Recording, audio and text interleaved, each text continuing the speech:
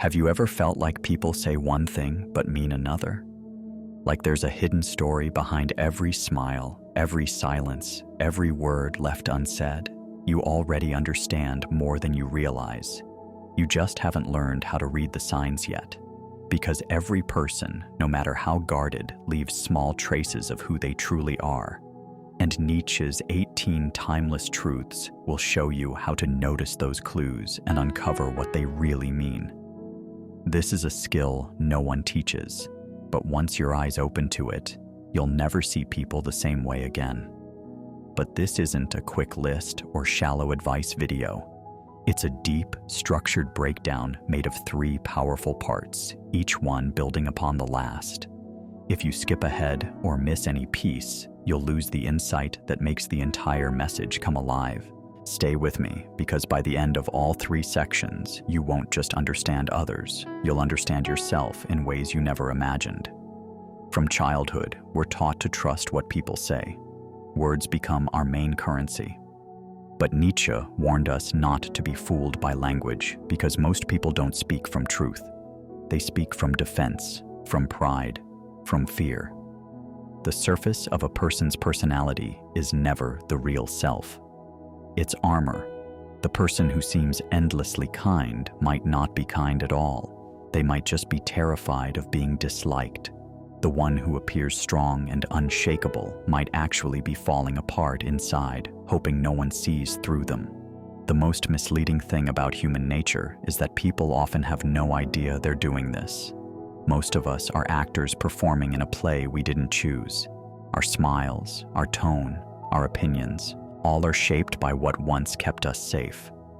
That's why people aren't usually hiding from you. They're hiding from themselves. Nietzsche once said that every deep spirit needs a mask. He didn't mean this as criticism, but as a warning. Never mistake the mask for the person. Here's what few people realize. The truth always leaks through. Not in what people say, but in the cracks, the brief moments when they look away, the forced laugh that lasts too long, the quick topic change when things get too real. Nietzsche's first psychological truth is simple but powerful. Everyone wears a mask to survive. Not because they're false, but because they're frightened. To function in society, people create a version of themselves they hope will be accepted. But masks slip, and when they do, the first clue is tension. Watch for what makes someone uneasy. That's where their real self begins to show. The second truth, what a person hates most in others, reveals what they're hiding inside. Nietzsche called this projection, one of his most brilliant insights. When someone constantly mocks arrogance, it's often because they secretly feel small. When someone keeps accusing others of dishonesty, they're likely wrestling with their own truths. We despise in others what we fear in ourselves. So if you want to truly understand someone, don't only pay attention to what they admire, study what they criticize, and ask why. The third truth, silence exposes more than words. Nietzsche didn't believe truth came through endless talking. In fact, he saw language as a herd tool, something people use to avoid real confrontation. When someone pauses too long before answering, avoids certain topics, or gives short, mechanical replies to deep questions, that silence speaks louder than anything else. A person who dodges vulnerability is already telling you what they fear. The fourth truth, excessive goodness often hides pride. Be careful of those who constantly proclaim their purity, correct everyone, or preach moral perfection. Nietzsche called this the will to power disguised as virtue. Sometimes, moral superiority is just vanity wearing a halo. The louder someone advertises their virtue, the more likely they're concealing something behind it. True goodness doesn't need an audience. The fifth truth, people don't lie to you first, they lie to themselves. This one changes everything. The words you often hear, "I'm fine," "I'm over it," "it doesn't matter," aren't meant to deceive you. They're stories people have told themselves so many times that they believe them. Nietzsche saw self-deception not as evil, but as protection. a survival strategy to keep moving in a painful world. So when someone's words don't line up with their actions, don't rush to accuse them of manipulation. Realize they've been living inside that lie for a long time. The cracks you notice are not tricks. They're signals of truth breaking through. The sixth truth: wherever someone feels superior, they're hiding insecurity. Nietzsche understood that superiority is often overcompensation. A person who constantly reminds you of their success often fears they're not enough. Someone who casually belittles others is usually terrified of being unseen. True confidence doesn't compete, it simply exists. So when someone tries to dominate, control, or prove themselves, look deeper. Behind that crown often stands a frightened child pretending to be powerful. Learning to read people isn't about judging them. It's about understanding where their pain lives. When someone constantly interrupts, it's not always arrogance. Sometimes it's fear of being forgotten. When someone posts endlessly about happiness, it might be their quiet cry for help. When someone avoids your eyes and says, "I'm fine," listen to their body, not their sentence. Use these truths not to manipulate, but to develop compassion. Because the clearer you see people, the harder it becomes to hate them. That's Nietzsche's deeper message. He didn't want you to see through others to control them, but so you could stop being deceived and finally connect. If you've ever looked at someone and felt like you were only seeing the surface, if you've ever wanted to understand what's really happening beneath the mask, share your thoughts below. Talk about those moments when people showed you the truth without saying a word. And if this helped you see others differently, subscribe. There's more to come. Because seeing the mask is only the beginning. Watching it crack is where real understanding starts. You've probably seen it happen before. That tiny flash of discomfort when someone's beliefs are challenged, the way their tone shifts when the topic cuts too close, the uneasy laugh that doesn't fit their words. These are not random slips, they're glimpses into the truth. Once you learn how to notice them, you'll realize people aren't impossible to read, they're just afraid of being seen. In part 1, we explored how people create masks to survive. Now, let's look deeper into what happens when those masks start to fracture. Nietzsche believed that the self isn't a solid thing, it's a performance, a stitched-together act meant to handle the world. And the moment that act is threatened, the truth begins to leak out. Most human behavior is driven by fear. Let's begin there, because it's more universal than we think. The seventh truth: most actions come from unconscious fear. Ask yourself, why does someone talk too much, dominate a room, or completely withdraw? Why do they agree when they clearly want to say no? Fear. Fear of rejection, abandonment, embarrassment, or failure. Nietzsche understood that we rarely act from pure desire. We act to avoid loss. Loss of love, of worth, of identity. So if you want to understand someone, don't just look at what they want. Ask what they're afraid of losing. That's where honesty hides. Criticism is another mirror. The eighth truth: when someone criticizes too much, it's projection. The man who mocks emotional people is often terrified of his own emotions. The woman who attacks others' looks may be fighting a secret war with her reflection. Nietzsche said judgment is almost never about the other person. It's about the self. So when you hear someone constantly criticizing, don't focus on their target. Follow the emotion back to its source. What part of themselves are they trying to reject? Projection isn't just defense, it's confession. If you listen carefully, it tells you exactly where someone's pain lives. The ninth truth: guilt hides behind confidence. You've probably met that person, calm, controlled, unshakably sure of themselves. But if you watch closely, you'll notice the stiffness in their smile, the tension in their posture, the way they over-prepare for everything. Nietzsche observed this especially in leaders, teachers, and preachers, people who perform certainty to hide their guilt or regret. When someone is too confident, ask what guilt they're trying to bury.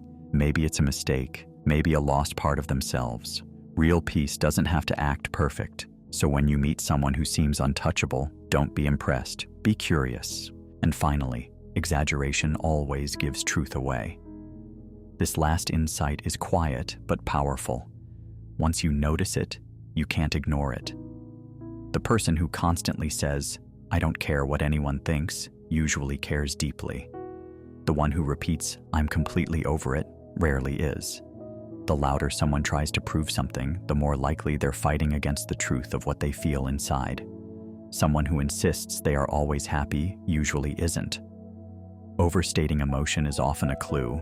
It's the ego trying to shout over quiet doubt. Nietzsche believed that any kind of extremism, whether joy, anger, or confidence, was not a sign of power, but of imbalance. So when someone speaks in absolutes, don't take their words at face value. Look beneath them. What insecurity are they hiding? Exaggeration is like turning up the volume, but the real question is, what are they trying to drown out? The need for control is one of the most common disguises for inner chaos. Control. We chase it everywhere, in work, relationships, and habits. But for some people, that chase turns into an obsession, and that reveals something deeper. Those who crave control are usually the ones who fear losing it the most. Nietzsche understood this clearly. When someone's inner world feels unstable, they try to manage their outer world relentlessly. If they micromanage everything, if they panic when things change, if they try to dominate others to feel strong, it's not because they truly are powerful. It's because deep inside, something feels completely unsteady. So instead of fearing the controlling person, start seeing them for what they are. A person terrified that the moment they stop gripping so tightly, everything will collapse. The tougher the shell, the more fragile the core beneath it. The image of strength often hides deep emptiness. This is one of Nietzsche's most haunting truths, and it's even more relevant now than ever before. The louder someone performs, the more hollow they often feel inside. Just look at social media. The endless need to be noticed, the perfect photos, the constant posting, the carefully built image. Nietzsche would never call that confidence. He'd call it desperation. When someone feels they must constantly perform, it's because they doubt they'll be loved or valued without the act. So they build a show, noise, color, emotion, to fill the silence. But a person who truly knows themselves doesn't need an audience. They're already complete. So when you see someone whose life feels like a performance, remember, it's not power you're witnessing, it's quiet need. You can feel it if you look closely, and now you may sense the shift within yourself. You enter a room and suddenly patterns speak louder than words. You notice the one who interrupts constantly and realize they fear being forgotten. You notice the one who boasts endlessly and sense their invisible wounds. You're not reading minds, you're reading masks. Nietzsche gave us the flashlight to see what hides beneath the surface. But this isn't just an ability, it's a responsibility. Once you learn to see people clearly, you can never unsee them. You begin to understand that behind every confident face, behind every polished smile, someone may be quietly suffering.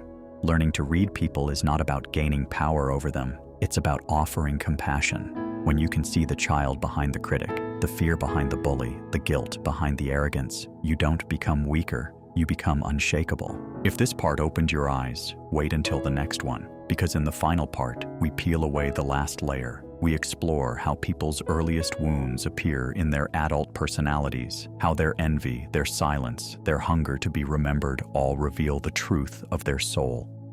You'll discover 6 final truths that will help you see people with clarity, but more than that, you'll start to understand yourself.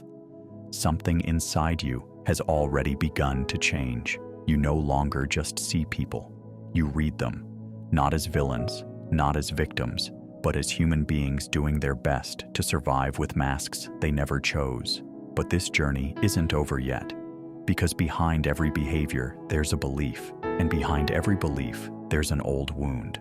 This last step is about recognizing the soul, the hidden story beneath everyone you meet. Nietzsche didn't only expose patterns, he showed us where they begin. So let's keep going. No one truly speaks from logic. They speak from pain. We often assume people are rational, that they argue with reason and decide through facts. But Nietzsche believed something else. He thought that beneath every logical statement hides an emotional scar.